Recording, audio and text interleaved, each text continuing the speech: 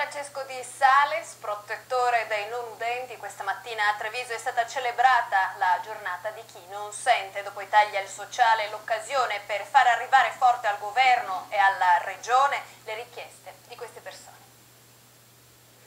La messa celebrata con il linguaggio dei segni, perché nella chiesa del monastero della Visitazione a Treviso c'erano soprattutto sordi. In Veneto sono circa 2700 cittadini che devono fare i conti con l'invalidità, ma anche troppe volte con l'indifferenza. Hanno celebrato San Francesco di Sales, loro protettore, e per l'occasione è stata straordinariamente anche esposta la reliquia del cuore del santo. Ma questa giornata è stata anche l'occasione per richiamare la politica e la società. Tagli del governo centrale e della regione Veneto hanno colpito tutto il sociale, anche le associazioni dei sordi che lamentano un calo di risorse che arriva al 90%. In particolare i tagli che sono stati fatti ai servizi all'interno della scuola per i bambini e la loro integrazione a livello familiare e anche per quanto riguarda la sanità.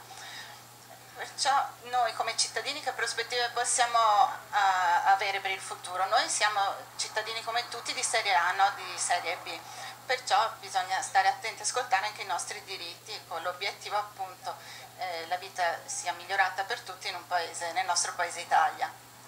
Il 27 gennaio è la giornata della memoria dell'Olocausto, sterminio che, ricordato Ida Collu, ha colpito anche i disabili e tantissimi sordi.